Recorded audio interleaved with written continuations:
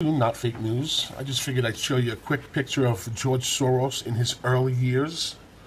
And the part you can't see here is him holding the earth like it's his little baby. Okay, there he is in the flesh. I'm sorry, in the in the metaphorical physical, you know, in the spirit. Yeah, in spirit. Okay, so let's get to the news articles. We got two articles for you. Breaking: top Democrat just exposed who really is behind Trump's leaks. And a California student is suspended for taping professor's anti-Trump act of terrorism rant. All right, so breaking from Danny Gold, Liberty Writers. Breaking: top Democrat just exposed who is really behind President Trump's leaks. It's not that often that you get to see a top-tier Democrat coming out to defend President Trump. That is exactly what happened when Congressman Dennis Kunich went on Fox News today. Kunich revealed that the real source of the anti-Trump leaks is the corrupt American intelligence community. Ouch.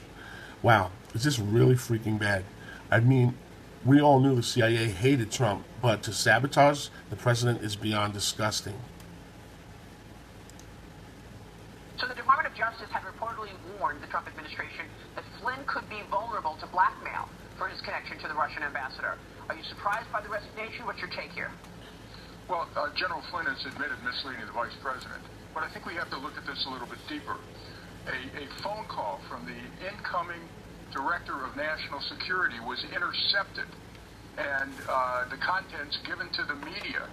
And you have to, and so obviously shared by intelligence officials. Now, what's at the core of this is an effort by some in the intelligence community to upend any positive relationship between the U.S. and Russia. And I tell you, there's a marching band and chowder society out there. There's gold in them there hills. There are people trying to separate the U.S. and Russia so that this military-industrial intel axis can cash in.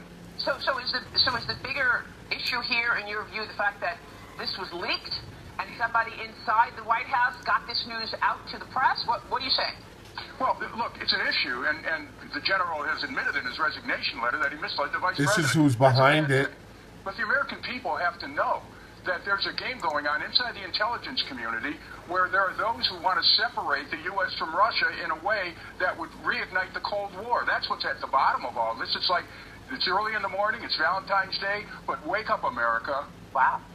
Congressman, do you think that this fundamentally changes the prospect of a stronger relationship with Russia, or do you think that things can proceed as they have been proceeding, as the president has said he'd like to proceed?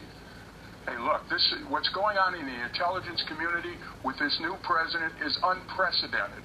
They're making every effort to upend him. Who knows what the truth is anymore? It's like this is like the electronic version of Mad Magazine, spy versus spy. And so the bottom line is we should not start a Cold War again with Russia. The American people forked over billions of dollars for the last one and changed the quality of life in this country. There's something wrong going on here in the intelligence community. So what should Donald Trump do then? Well, look, first of all, he has to get a hold of his own intelligence apparatus. You know, this isn't a joke. This is a serious matter. If he doesn't get control of where the information's coming from, he'll never know the truth. The American people won't know the truth, and we could be set at war with almost any country. Be very careful is my warning this morning. Congressman, in the age of WikiLeaks and with, access to information across the board, what really can Trump do right now? I mean, if this administration seems like it's in a tough situation in regards to controlling our national security. Well, wait, it's not just this administration. I want to remind the viewers and all those who are on the panel that in the closing months of the Obama administration, they put together a deal with Russia to create peace in Syria. A few days later, a military strike in Syria killed 100 Syrian soldiers, and that ended the agreement. What happened is, inside the intelligence and the Pentagon, there was a deliberate effort to sabotage an agreement the White House made. This is like deep state. This is like some kind of a spy novel. But it's real, and the American people have to understand a game is being played with the security of our country. You know, Congressman, people are having so much trouble understanding what it is that they should be paying attention to. There's so much vitriol, there's so much hate throwing out there, and so we're looking at this, and people are, on one hand, saying the administration is in disarray, they don't know what they're doing. Look at how many mistakes they're making. The national security is at risk. We've got people who shouldn't have security clearance having security clearance. People are lying. What should people be focused on? What, like, looking at all of this, you know, what should viewers be taking away right now? Well, it's going to be very important that the president tells the truth. You know, we'll be celebrating President's Day soon. One of the presidents we're celebrating is George Washington, who, you know, mythically was said never to have lied, that he in fact chopped down that cherry tree. Well, the fact of the matter is we need to make sure the White House is communicating clearly to the American people about what's going on. But the question is the president getting the right information? And are there games being played inside the intelligence community to force American policy in a direction that's different than what the White House wants? We need to have closer ties with Russia. We can't be suckers in this, but we cannot also have certain people playing an agenda that separates us from our aspirations for peace between the two major powers in the world. So is the bigger issue the fact that he even discussed sanctions with his potential counterpart in Russia? Suffering suffering. Or is the bigger issue that he lied to Vice President-elect Pence? Well, first of all, news reports this morning indicate that one intel official who's secretly sharing his thoughts with the media said that he never talked about lifting sanctions. Who knows? But the bigger issue is that in this moment, that in a conversation with Vice President Pence, he misled the Vice President as to what happened. It was the cover-up that's worse than the crime. But what you're saying is you're underlining something even bigger, and that is somebody within Trump's White House is trying to sabotage him somehow. I don't know if it's somebody inside the Trump White House. But inside our intelligence community. There's definitely something going on inside the intelligence community to try to undermine this administration. And we better, you know, this isn't about whether you're for or against Donald Trump. Right. Hello? This is about whether or not the American people are bystanders in a power play inside the intelligence community, the outcome of which could determine our relationships with Russia and whether or not billions of dollars are going to be spent in a new Cold War. Well, This guy is an American, this patriot. This guy is awesome. we know that the head of the CIA. Now, see, that's a Democrat that Trump needs on his side. You might say, oh, he has Democrats. He's talking with Democrats. Remember in the beginning when he was talking to all the different people? He was talking to thousands of people, literally thousands. A lot of them you didn't see. The good ones, like this guy, you didn't see. They didn't put that on the news. Because then you look into him, you find out he's awesome. They don't even like him. He's on the Democrats who the Democrats don't like list. CIA was against Donald Trump before he came into office, the former head of the CIA. Meanwhile, Hillary Clinton is taking jabs at Flynn's resignation. It started when a former aide of hers tweeted this: "Dear Mike Flynn and Mike Flynn Jr., what goes around comes around." He then included a link for a job opening at Domino's Pizza. He did not say what goes around comes around. He said what goes around comes around. And given your pizza obsession, jobs are opening up at Domino's. You know what that means, right? Nice little try there, Foxy Fox. But that's why we're here. Not fake news, right on top of even Fox and Friends, because Fox and Friends, or Fox Business Network, I should say. This is the Fox Business Network. They're great, right? But they like to leave a few things out. It is a reference to General Flynn's son's tweets regarding the Comet Pizza child trafficking conspiracy. Okay, let me just back up and take that all back. And next time I'll just shut up. Theory. Hillary Clinton then tweeted herself. Philippe's got his own way of saying things, but he has a point about the real consequences of fake news.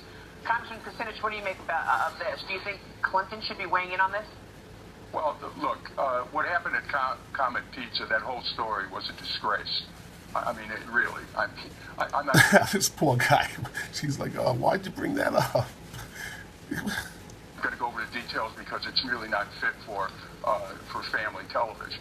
But I will tell you this: this is a much more serious issue, and the White House, whether you're for Trump or against Trump, the White House is under attack from elements inside the intelligence community, which are trying to elevate tensions between Russia and the United States, and at the bottom of that is money, is an agenda for somebody to cash in on conflict between the U.S. and Russia at any level.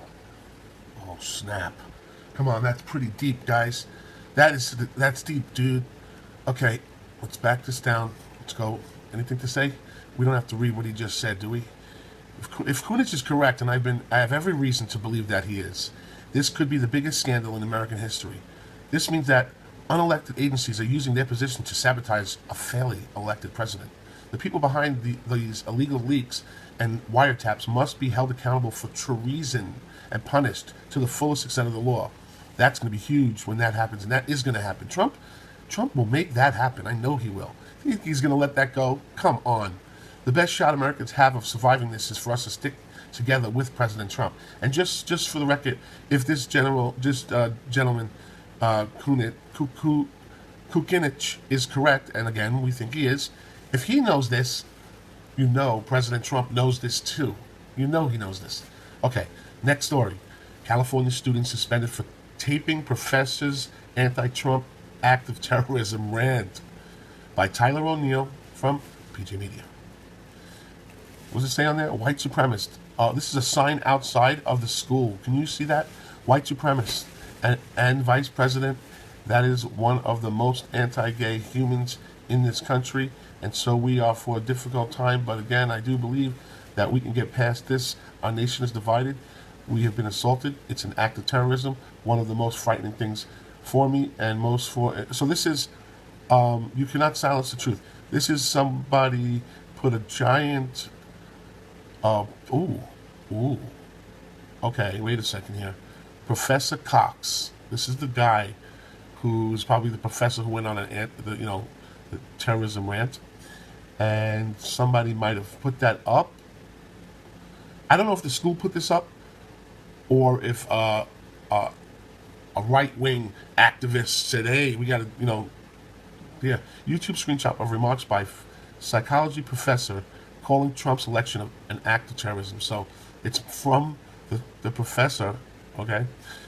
In an Orwellian twist, a student at Orange Coast College, OCC, who filmed his professor's anti-Trump rant was suspended from school, required to meet with the dean of students to request re-entry, and forced to write an apology and a 3-passage essay explaining why he recorded the rant.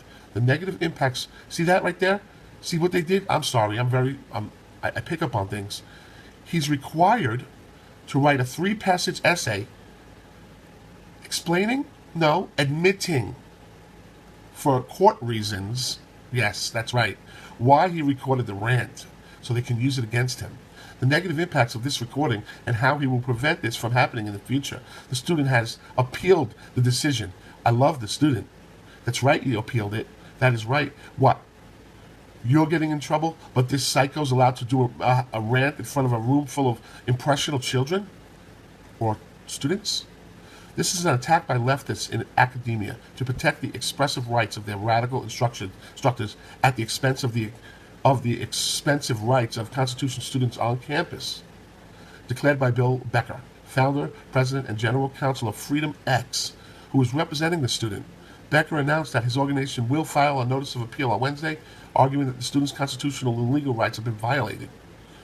Caleb O'Neill, the previously anonymous student, was, and okay, cool, his name is Caleb O'Neill, was notified of his suspension last Thursday, February 9th, on December 9th, 2016. Okay, how old is this and why is it new news? I don't know.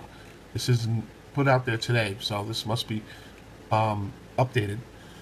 Published on YouTube. So he published it on YouTube then, and now he's in trouble. And on the YouTube of Olga Stable Cox, his professor, psychology professor. In the video, Cox called then President-elect Trump a white supremacist, denounced Mike Pence as one of the most anti-gay humans in the country, and called their electoral victory an act of terrorism. She added that they are way beyond Republicans and Democrats. We are really back to being at a civil war. White supremacist and a vice president that is one of the most anti-gay humans in this country. Okay, boom. Guilty, arrest her, and take away her pension and throw her in jail. What? There's more? We need more? We need more?